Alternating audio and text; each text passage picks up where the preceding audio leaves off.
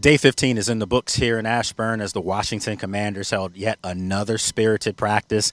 Yesterday we were inside the bubble, where today we were back out here early this morning, 8 o'clock start, in the heat. And the tempers were flaring, guys were getting after it. There were several skirmishes in today's practice, so you can tell that the intensity has really ramped up. I spoke to several players after practice, and they mentioned the same thing as far as the intensity, as far as the work, the drive, that this team is really getting prepared for Monday night's game against the Cincinnati Bengals at Northwest Stadium, which will be their first time playing in front of their fans. Josh Johnson, the veteran quarterback who's in his second stint here in Washington. I talked with him as far as his time being back here and what he feels as far as being a leader and a veteran, how he can help some of the younger guys in the quarterback room as well as the wide receivers. All right, here with Josh Johnson, another, hot practice for you guys, and it looked like the intensity's turned up a lot over the last couple of days. Are you seeing that? No, for sure it's been a point of emphasis, and we responded well as a team, so that's what we all like to see.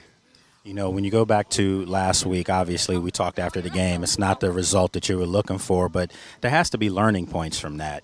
So you being a veteran, what are some of the things you were trying to impress on some of the young guys after, a performance that could be better? Just the details, man. Like starting with myself, hold myself accountable to things I could be doing different, like that I saw on film, and communicate that with the guys so they understand that I hold myself accountable too. And then I'm also going to go out and be intentional about, working on those things. And, everybody has done that. I feel like everybody's being intentional about the work that we putting in this week. I'm looking forward to, going out and getting some results with that. So attention to detail, obviously, again, you being a vet, you can lead some of these guys in the room. As far as your quarterback room, though, a guy like Sam Hartman, young guy, still learning, how do you feel like you've helped him in some ways? I hope he just kind of being a calm for him, like he didn't play a lot last year. He hasn't played a lot in, 2 years now?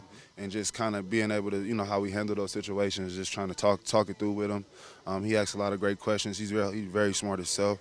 He knows the system really well. So just trying to, just speak life into him, just, trust himself, which he's doing a great job of, man. Ain't too much I could really tell him, but whenever he does ask, just, try to get, speak life into the situation.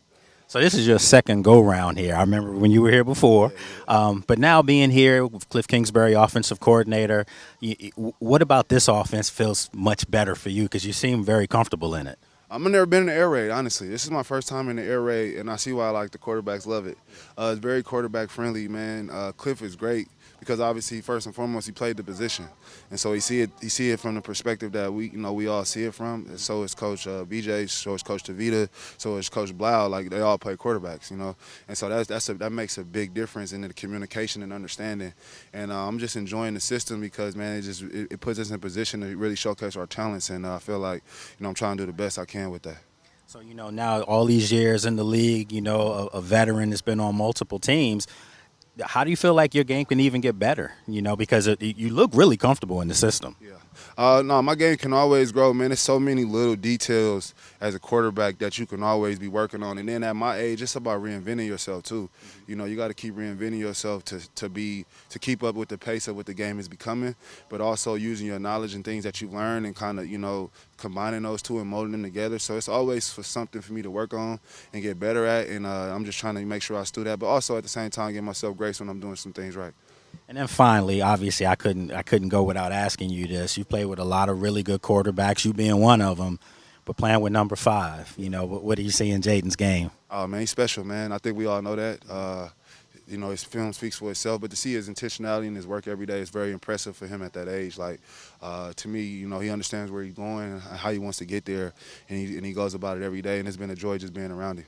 All right, folks, this is one of the good dudes in the game, man. To see you back here was great to see, and you're gonna be here for a while. So appreciate you, brother. All right, man. Another veteran is wide receiver KJ Osborn. I spoke with him as far as him being one of the elder statesmen in the room, and how he can help some of the younger guys, and who he's been impressed with, and he feels really good about his opportunities and his versatility in Cliff Kingsbury's offense. All right, here with KJ Osborn. Another spirited practice today, and it seems like the intensity of these practices have picked up over the past week or so. Are you sensing that as well? Yeah, for sure, man. I think it's excitement. Week 1 it's around the corner. We got a couple preseason games left, but those are going to happen really quick, and pretty soon it's going to be time for the Giants. So I think that sense of urgency throughout the organization has picked up. So when you came in last year, I think obviously everyone had expectations and things like that. Do you feel like just being in your second year in the system has helped prep you better? Yeah, definitely. I think I'm a little bit more comfortable, in what the role that they have for me playing inside, playing outside. My role on special teams, my teammates, my coaches around the building and things like that. I think that's made me a little bit more comfortable being able to make plays. And outside of you and Debo, I mean, this is a relatively young wide receiver room. So how can your, experience in the league help some of these younger guys? Man, I think just being open, and I think the good thing about it, and DQ and whoever else that AP that brings the guys in, we got a great group of young guys. They ask questions, they work, they learn, and it's up to us, the vets who have had a couple other games, career games under our belt to help teach them. I had great vets that helped me along the way, so each one teach one. So I try to do the same thing to the younger guys, give them tips and pointers. And naturally, with Terry being out right now, under the contract situation, we won't get into that. But with him being out, does that give you more opportunities as far as just the versatility of what you can do out there? Yeah, I think it gives everybody opportunity. Obviously, we want Terry back, as soon as possible. But right now, we with guys on the grass, we just got to take advantage of every opportunity. And I think that's just the NFL. Are there any young guys in particular that have stood out to you? I mean, obviously, you respect all your teammates, but is there one in general that's kind of caught your attention? I wouldn't say just one in general. Cause I really say I think we really do a good job totally as a group, and I think we have a really good coach in Bobby Ingram, and the way he teaches, the way we do drills, the way we watch film, and he played the game, so it's a lot easier when a coach that has played the game. And I think guys that learn and they know how to communicate with them, and we're able to do that. You see the we call it the class to the grass, and guys go out there and make plays. So I can't really say just one guy because we all kind of have our days, but it's been impressive for the young guys. So little tidbit: Bobby and me went to Penn State together years ago. That's my guy. That's my guy. So the quarterback room. I just talked to Josh, and he mentioned that that he feels comfortable in the receivers that he's throwing to. Obviously. You're catching balls from him. You're catching balls from Sam Hartman. You're catching passes from Jaden Daniels. What can you say about the quarterback room?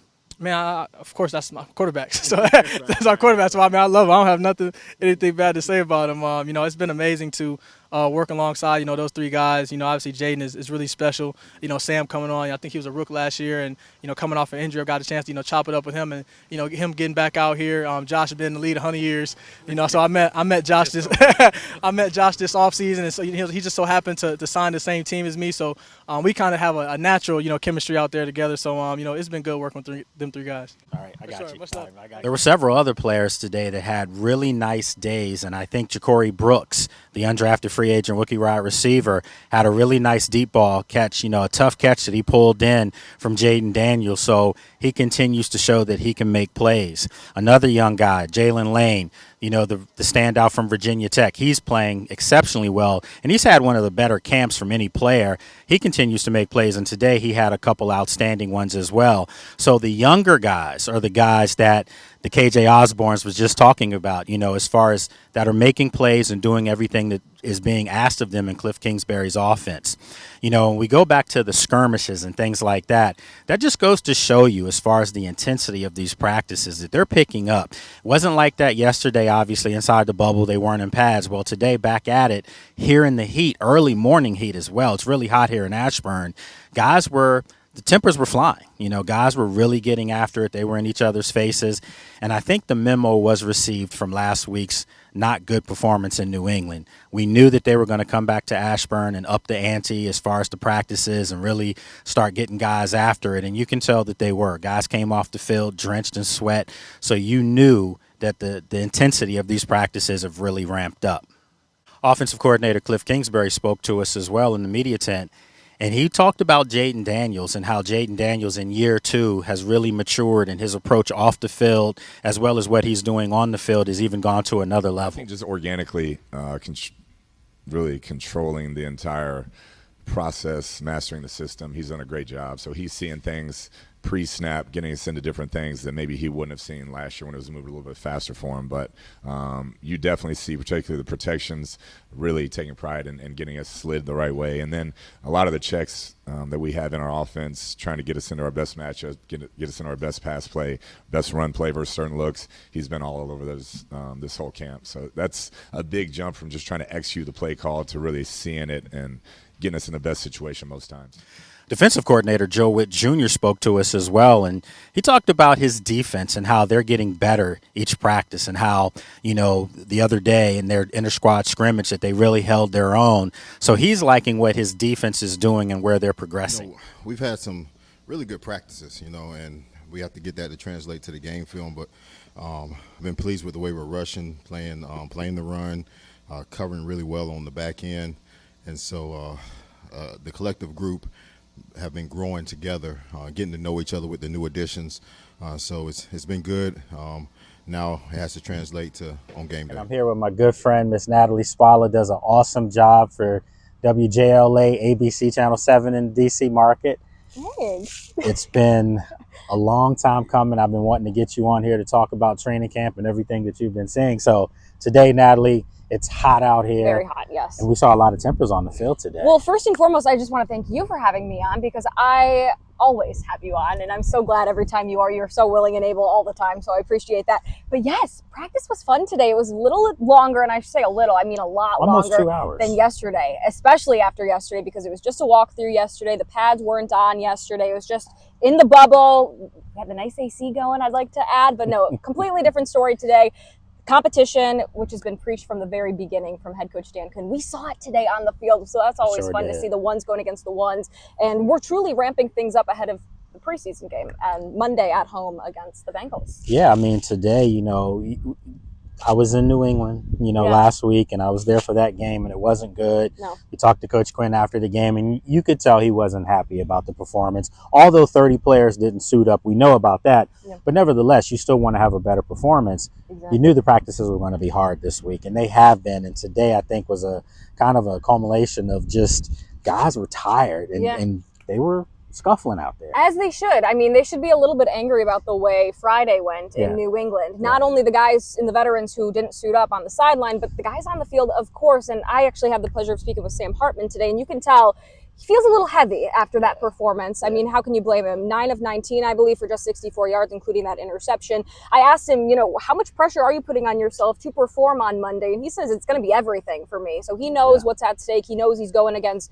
Josh Johnson for that number 3 QB spot. But he also loves Washington. I know, of course, you talk these preseason games and these players, they want to earn a roster spot here in Washington, but you also want to put out your best tape for the other 31 teams across the league, and he doesn't believe that he did that. Well, the irony is I talked to Josh Johnson after practice, and he said pretty much the same thing, that he put a lot of what happened in New England on himself and said he didn't put his best effort out there. But, this is his second stint here in Washington. Right. He talked about the culture here and how it's much different from when he was here before. And he feels like they have the guys that can rebound and turn things around, regardless if it's a starter or if it's a backup. Yeah, no, I completely agree. And that veteran, that's that 18 years in the NFL mentality. And that's why I was a little bit bummed for him, because we did hear from him yesterday as well. He wanted to go head to head with the Ravens and join practices next week. That won't happen. But of course, we'll see him hopefully shine in that preseason game in 2 weeks. Who are some of the young guys that have stood out to you so far? Obviously, we know about Trey Amos, so we don't even really need to discuss All right, him. you stole my answer. Yeah, because I mean, he's been awesome. He's had one of the best camps of anyone out here, regardless of what year you've been in the NFL. But what about some of the other younger guys? I'm gonna go maybe with the generic answer that a lot of people are talking about, and that's Bill Krosky Merritt. He just looks a little different. He doesn't look like a rookie. And I know maybe that's the cliche thing to say about a guy who enters the league and is already, exceeding expectations, of course, just here in training camp, but just the way he twitches, his speed. I mean, he looks like a guy who just has that flow and just knows how to run, knows kind of how the NFL already operates in terms of the speed, the physicality, and it looks like, I hate putting the cart before the horse, but it looks like he is a guy who is going to hopefully effortlessly flow into this league. However, I did talk to him, I believe it was, all my days are mixed up at this point. Saturday, I believe, after their preseason game. He didn't like his performance. He didn't think he had a great showing, but he's a guy that's hungry and really wants to get back out there Monday. He said that to me in the locker room after the game, that he didn't think he played that well. And I'm like, you did. And actually, Coach Quinn said he thought you played well. Yeah, exactly. But he said that he's going to be hard on himself because he wants to be the best at what he does. And that's that mentality that you want from a rookie player who doesn't feel like he belongs. He feels like he's the show, and that's his swagger that he has. I like that, and that's a little bit of Trey Amos as well, because he was another guy. I mean, I talked to all 5 of the rookies after the game at practice the following day. Not all of them said that, it was great. I loved it. I had a great time. I thought I performed well. Josh Connerly actually was the one who did say that to me. I should go back and say that. Yeah. But they were all thinking, they left a little bit out there. They had more to give. So we'll have to see, they're continuing to grow, continuing this development process. And they're hungry, and they think they can give more. And that's the thing. When they were drafted, we were talking about how confident they were in the Zoom conference with us. But literally, like, it's transferring on the field, and you see a Josh Connerly get better and better. People were saying the guy was struggling, and I'm like, no, you have to understand. He's going up against Von Miller every day. He's going up against Javon Kinlaw, as we keep saying, one of the largest humans you'll ever see. Gosh. Exactly. So if he's going up against that every day, Sundays and going up against other teams should be better, and we saw that in New England. Hopefully we'll see that again on Monday. And in fast forwarding to Monday, it'll be the first home game, be the first time for us to be back out at Northwest Stadium. It was fun there last year.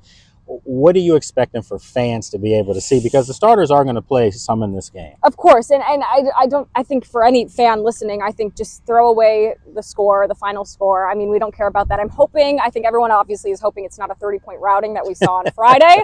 We're going to be seeing some of our starters. I believe the Bengals are going to also throw Joe Burrow and some of their guys out there once again. So I want to see that competitive, that back and forth, because let's be honest, I mean, the minute the ball was snapped on Friday, it was just Patriots to the moon. Yeah, literally. And quite literally, I want to see, as possessions continue to go, as we get into the third, fourth quarters, this team and this offense continuing to gel, because the offense truly hasn't been running on full cylinders. Or even here at practice, we've seen a couple of things. But definitely on Friday, I think it was on full display.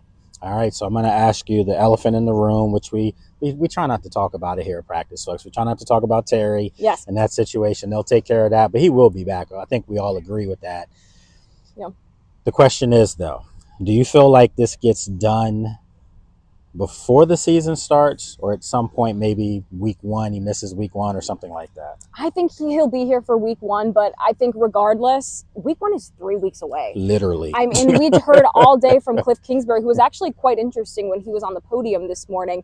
He was putting a little bit of pressure on Terry to get out here, because he was asked about how the offense is gelling, what the guys look like. And he pretty much said, we only know what we know. And what we know is that Terry's not out there. Of course, he mentioned Sam Cosmi, that offensive line.